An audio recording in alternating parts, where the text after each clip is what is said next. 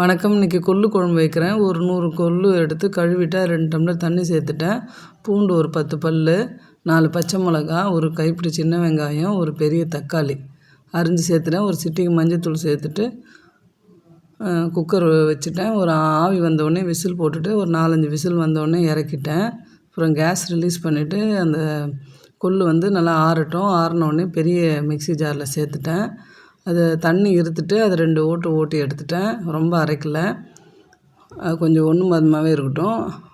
அரைச்சி அதை சேர்த்துட்டேன். வானல் வச்சு எண்ணெய் ஒரு 3 ஸ்பூன் எண்ணெய் விட்டு எண்ணெய் காஞ்ச ஒரு 1/4 ஸ்பூன் கடுகு, 1/4 ஸ்பூன் சீரகம், 10 மிளகு, 4 காஞ்ச மிளகா, ஒரு கைப்பிடி சின்ன வெங்காயம், கொஞ்சம் கருவேப்பிலை சேர்த்து வதக்கிட்டேன்.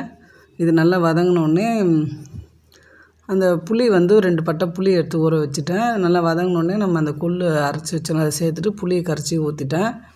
அதுக்கப்புறம் கல் உப்பு ஒரு 1/4 ஸ்பூன் சேர்த்துட்டு இது நல்லா கொதிக்கட்டும். இது ஒரு 3-4 நிமிஷம் கொதித்தா போதும். சாப்பாட்டுக்கு நல்லாயிருக்கும். தேங்க்யூ ஃபார் வாட்சிங்.